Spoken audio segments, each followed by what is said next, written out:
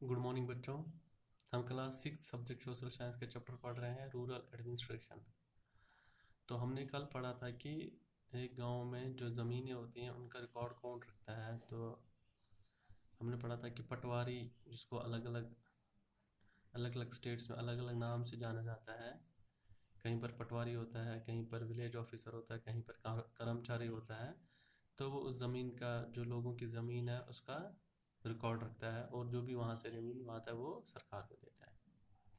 अब हम आगे बढ़ते हैं। All states in India are divided into districts. जितनी भी यहाँ पर स्टेट्स है, वो इंडिया में जितनी भी स्टेट्स है वो उनको आगे किस में डिवाइड किया गया है? डिस्ट्रिक्ट्स में डिवाइड किया गया है। For managing matters relating to land these district are further subdivided. और जो भी ये ज़मीन के रिलेटेड जो भी मसले हैं उनको सही तरीके से निपटाने के लिए उन डिस्ट्रिक्ट को फर्दर उनको डिवाइड किया गया है। These subdivisions of a district are known by different name. इनको जो डिस्ट्रिक्ट को सब डिवाइड किया गया होता है, उन सब डिविजन्स को अलग अलग नामों से जानते हैं, such as tehsil, taluka etcetera. At the head is the district collector and under her are the revenue officer. जो डिस्ट्रिक्ट के ऊपर हेड होता है वो डिस्ट्रिक्ट कलेक्टर होता है, और उसके नीचे क्या होता है? रेवेन्यू। और उसके अंडर कौन काम करते हैं? Revenue officers, also known as tehsildar, जिनको क्या बोला जाता है? तहसीलदार भी बोला जाता है। They have to hear disputes. उनका काम क्या है? जितने भी मसले होते हैं उनको सुनना। They also supervise the work of the patwaris and ensure that records are properly kept and land revenue is collected. जो तहसीलदार होते हैं उनका काम क्या होता है कि वो पटवारी के ऊपर नज़र रखते हैं कि वो सही काम कर रहा है कि नहीं कर रहा है। और उसका काम ये भी है कि जो वहाँ से रेवेन्यू आ रहा है, लोगों से जो रेवेन्यू आ रहा है वो सही तरीके से कलेक्ट हो रहा है या नहीं हो रहा है। They make sure that farmers can easily obtain a copy of their record. उनका ये भी काम है कि जितने भी किसान हैं उनको जो उनका रिकॉर्ड है उसकी उनको कॉपी बड़ी आसानी से मिल जाए। Students can obtain their caste certificates. जो स्टूडेंट्स है, जो विद्यार्थी, जो पढ़ने वाले बच्चे हैं, वो अपनी कास्ट सर्टिफिकेट्स भी यहाँ से प्राप्त कर सकते हैं। The tehsildar office is where land disputes are also heard.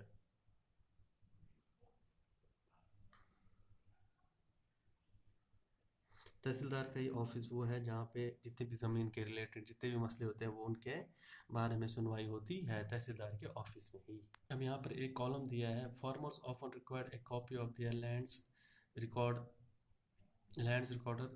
Record together with the map. जो ज़मींदार होते हैं, जो किसान होते हैं, उनको उनको अक्सर अपनी ज़मीन की कोई ना कोई जो उनकी रिकॉर्ड रखी होती है उसकी कॉपी चाहिए होती है।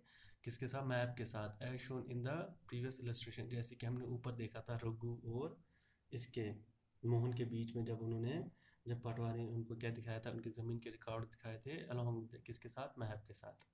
They have a right to this information. उनके क्या होता है? उनको उनको इस इंफॉर्मेशन को जानने का हक होता है। दे मे हैव टू पे ए स्मॉल फीस फॉर दिस। उनको क्या करना पड़ता है? एक छोटी सी फीस अदा करनी पड़ती है ये रिकॉर्ड जानने के लिए। However this information is not easily made available. However, this information is not easily made available and farmers sometimes have to face many problems to get in. कभी कभार क्या होता है कि ये इन्फॉर्मेशन आसानी से नहीं मिल पाती है, और जो किसान होते हैं, जो ज़मींदार होते हैं, उनको बहुत ही दिक्कत और मुश्किलों का सामना करना पड़ता है।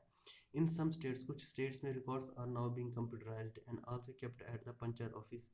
कि किसी किसी स्टेट्स में जितने भी ये ज़मीन के रिकॉर्ड्स होते हैं वो क्या होते हैं? कंप्यूटर पे रखे गए होते हैं, और कहीं कहीं कहाँ पर पंचायत ऑफिस में भी रखे गए होते हैं, so that they are more easily available and regularly updated. और वो आसानी से मिल पाए और उनको टाइम टू टाइम अपडेट किया जाए।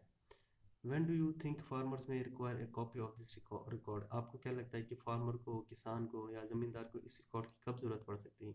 Study the following situations and identify the cases in which these records would be necessary and why. ये जो नीचे फॉलोइंग केसेस दिए हैं इनको ध्यान से पढ़ो, और इनसे आपको पता लगेगा कि किस सिचुएशन में फार्मर को इस रिकॉर्ड्स की ज़रूरत पड़ती है और क्यों। सबसे पहले क्या है? If farmer wants two by A plot of land from another. अगर एक किसान कोई भी ज़मीन खरीदना चाहता है दूसरे से, तब उसको ये रिकॉर्ड की ज़रूरत पड़ सकती है। और कब पड़ सकती है? A farmer wants to sell her produce to another. और जो उसकी जो फार्मर जो अपने खेती से या उगाता है, अगर वो दूसरे को बेचना चाहता है तब उसको इस रिकॉर्ड की ज़रूरत पड़ सकती है। A farmer wants a loan from the bank to dig a well in land. अगर एक किसान को बैंक से पैसा चाहे ताकि वो अपने खेत में क्या कर पाए, कुआं खोद पाए, तब भी उसको इस रिकॉर्ड की ज़रूरत पड़ती है। A farmer want to purchase fertilisers for his field, अगर एक किसान को अपनी ज़मीन के लिए खाद खरीदने की ज़रूरत पड़ती है तब उसको एक रिकॉर्ड चाहिए। A farmer wants to divide his property among his children, अगर एक किसान को अपनी जो प्रॉपर्टी है उसको अपने बच्चों में बांटना है तब भी उसको इस रिकॉर्ड की ज़रूरत पड़ सकती है।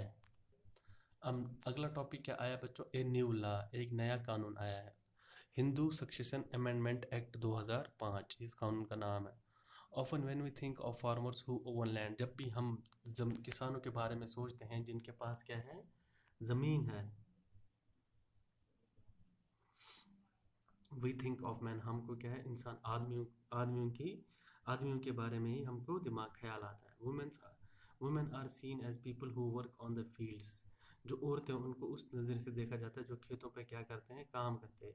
But not as possible who own agriculture land, लेकिन उनके पास क्या होती है, अपनी एग्रीकल्चर लैंड नहीं होती है। Till recently in some states Hindu women did not get a share in the family's agriculture land, अभी भी क्या है, अभी भी अगर किसी स्टेट के आदि स्टेट्स में ऐसे है जहाँ पे जो हिंदू औरतें हैं उनको अपनी अपनी जो उनकी खेती वाली ज़मीन है उसमें से कोई भी हिस्सा नहीं मिल पाता है। After the death of the father his properties were divided equally only among his son, जब भी किसी की फादर की डेथ होती है तो उसकी जो प्रॉपर्टी होती है, उसका जो जायदाद होती है वो खाली उनके बेटों में ही बांटी जाती है। Recently the law was change, अभी अभी क्या हुआ, ये लॉ चेंज हुआ। In the new law sons daughters and their mothers can get an equal share in the land, और जो नया कानून बनाया गया उसमें बेटों को, बेटियों को और उनकी माँ को बराबर हिस्सा दिया जाता है, ज़मीन में बराबर हिस्सा दिया जाता है। The same law will apply to all states and union territories of the country, ये जो लॉ है, जो कानून है, ये सारे स्टेट्स में और जितनी भी यूनियन टेरिटरीज है सब में बराबर अप्लाई होता है।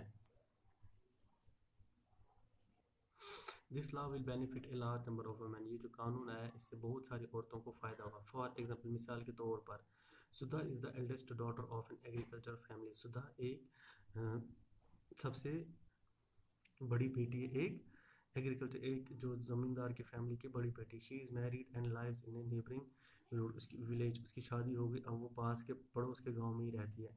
After her father's death Sudha often comes to help her mother with the farming work, उसके पिताजी की डेथ के बाद सुधा अपनी माँ को हाथ बटाने मदद करने आती थी, खेती के काम में मदद करने आती थी अपने माँ की।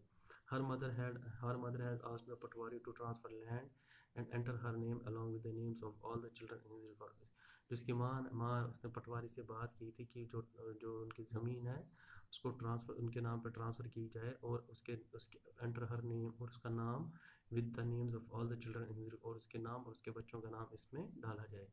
सुधा's mother confidently organizes the farming with the help of the younger brother and sister, जो सुधा की माँ है वो बड़ी आसानी से जो जो खेती का काम बड़ी आसानी से करती थी अपने with the help of younger brother and sister, अपने भाई की मदद से और अपनी बहन की मदद से। Similarly, Sudha also lives with the assurance that if she ever has a problem, she can always depend upon her share of the land. वैसे इसी तरीके से जो सुधा थी उसको ये यकीन था कि जब भी वो किसी मुश्किल में पड़ सकती है, वो जो उसका हिस्सा इस ज़मीन में हिस्सा है उसके ऊपर वो डिपेंड रह सकती है, उसको वो ज़रूरत आने पर उसको काम में ला सकती है। तो बच्चों आज की क्लास में हम इतना ही पढ़ेंगे, नेक्स्ट क्लास में आगे का चैप्टर पढ़ेंगे। Thank you.